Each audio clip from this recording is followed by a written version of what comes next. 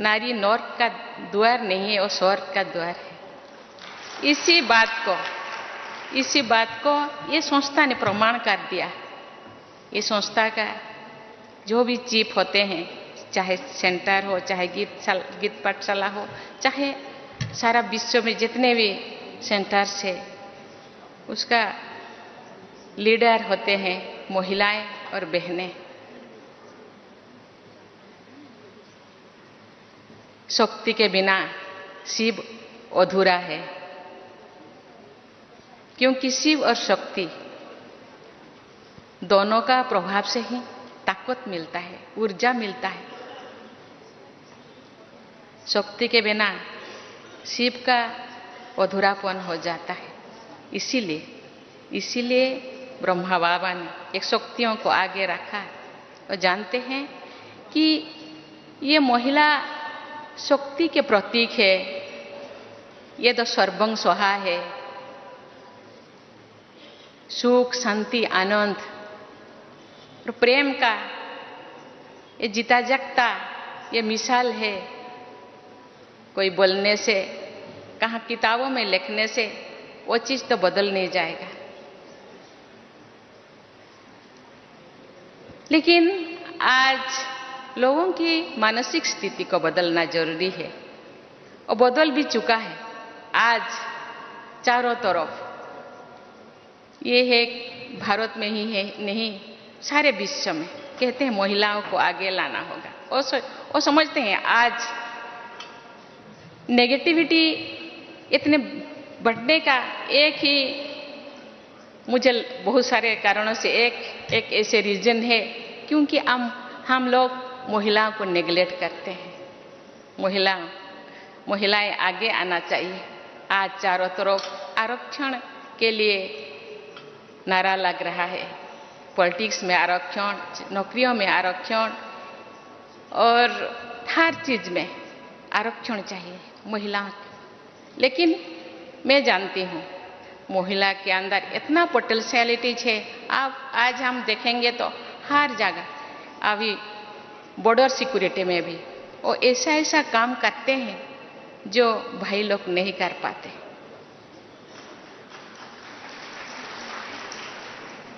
अपने आप को प्रूव करना चाहते हैं, उनके अंदर जुनून है, यस मुझे करना है, मुझे आगे बढ़ना है। किसी के पीछे, मेरे पीछे कोई रहना कोई जरूरी नहीं, मेरे अंदर पोटेंशियलिटीज है। इसीलिए आज आप देखेंगे तो सीबीएसई का रिजल्ट, कोई मेडिकल का रिजल्ट, कोई आईएएस का result, IAS, OAS, engineer, MBBS, जो भी आप रिजल्ट देखेंगे, बहनें अपने छात्राएं वो पहले जो नंबर 10 पे उनका नाम 50 से ज्यादा रहता है। अपने आप को प्रूव करना चाहते हैं, हम पीछे नहीं है, हम आगे हैं, आगे बन सकते हैं, जा सकते हैं। इसीलिए ये जो संस्था, ये जो इतने सारे संस्थाओं को एक सूत्र में बांधना, कोई बाबा के भाषा में कोई मासी का घर नहीं है। इतने लोगों को इकट्ठे करना, मानसिक परिवर्तन करना, ये केवल ये संस्था महिलाओं के नहीं, समाज के हर वर्ग, हर श्रेणी को आगे लाने के लिए वो चाहते हैं। जो समाज के सब लोग आगे बढ़ेंगे तो विश्व परिवर्तन हो सकेगा। मुट्ठी भर मानव के साथ कोई परिवर्तन नहीं हो सकता, सबको आगे लाना होगा, आगे आना होगा। इसीलिए वो युवाओं को भी आगे लाने के लिए गांव-गांव वो रैली कर रहे हैं। सब जानते हैं जितने अभी जनसंख्या वृद्धि हो रहा है, इसके साथ ही अपना अनाज का भी बढ़ावा जरूरी है। इसीलिए लोग रासायनिक सार का खाद का यूज करते हैं, लेकिन देखा गया है कि रासायनिक सार यूज करते वक्त तो हम शारीरिक रूप से इतने नया बीमारी आ रहा है। इसीलिए ये संस्था ने जैविक सार, ऑर्गेनिक सार यूज करके वो गांव-गांव किसानों के अंदर ये बात को फैला रहे हैं।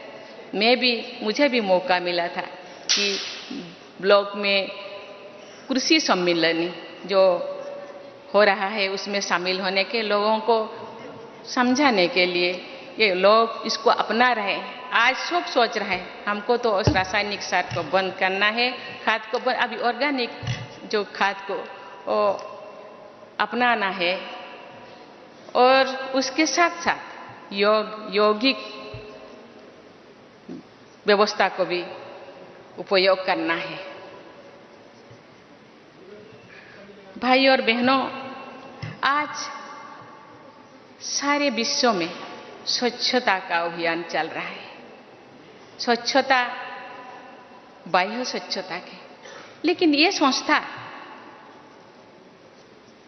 का नंबर 1 मुद्दा तो है स्वच्छता और पवित्रता। ये पहले से ही है। ये केवल बाह्य स्वच्छता नहीं है, वो आंतरिक स्वच्छता, मन वचन कर्मणा में स्वच्छता, दृष्टि वृत्ति कृति में स्वच्छता, चाल चलन चेहरा में स्वच्छता, कथनी और करनी में समन्वयता समरसता, ये तो उनका मुद्दा है, ये संस्था का मुद्दा है। हम जब गांव जाएंगे तो बाह्य स्वच्छता के, एटमॉस्फेयर के स्वच्छता के साथ साथ अपने अंदर के स्वच्छता के बारे में भी लोगों को समझाना है। स्वच्छता तो अंदर ही ज्यादा है। इस स्वच्छता को मिटाने के लिए ये संस्था इतने दिनों से काम कर रहे हैं। मुझे पता है छोटे छोटे गांव से लेकर छोटे बड़े शहरों तक बहनें गांव-गांव जाके कैसे लोगों को समझाते हैं और उनके मानविकता को जो घट गया है उसको फिर पुनर्स्थापन करने के लिए, पुनर्स्थापित करने के लिए वो कितने मेहनत करते हैं। जो लोग इस यही संस्था से जुड़े हैं वो लोग तो परिवर्तन हो गए हैं। यही संस्था से ज़्यादा लोग कैसे जुड़े, इसीलिए हम सबको प्रयास करना होगा। हम गांव जाएंगे ऐसे तो, क्योंकि ये युग एडवर्टाइजमेंट की युग है। आज तो सिनेमा वाले भी प्रमोट करते हैं, क्योंकि लोगों के पास जाने से ही ये सोचते हैं ये तो इतने व्हाइट ड्रेस, इतने परहेज, खान पैन वो परहेज है, इसीलिए लोग डांटते हैं।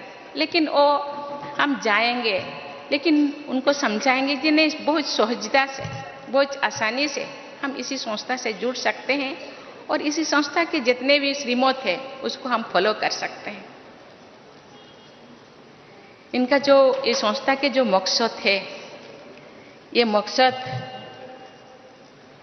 ये लक्ष्य जो बेहतर समाज की स्थापना, मुझे लगता है हम इसी तरह प्रयास करते रहेंगे तो वो दिन दूर नहीं कि ये समाज में जरूर बदलाव आएगा। महात्मा गांधी जी का सपने राम राज्य जरूर लौटेगा।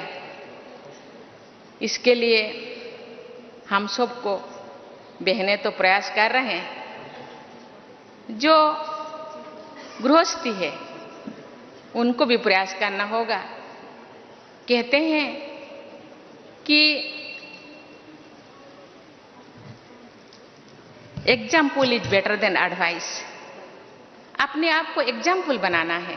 यस, हम कर सकते हैं। हम महाकाश पे जा सकते हैं, मिट्टी के अंदर जा सकते हैं, पानी के गहराई में जा सकते हैं। तो इतना सारा, इतने थोड़ा से काम हम नहीं कर सकते। मैं जो सेंटर से बिलोंगिंग करती हूँ, वहाँ एक बार मुझे बहन जी ने बोली, दीदी आप थोड़ा गाना गाइए, मुझे तो गाना नहीं आ रहा है। तो मैंने मुझे हिंदी गाना मुझे याद आ गया, जो खिल सके ना ओ फूल हम है, तुम्हारी चरणों के धूल हम है, दया की दृष्टि सदा ही रखना, तुम्हें हम माता पिता तुम्हें।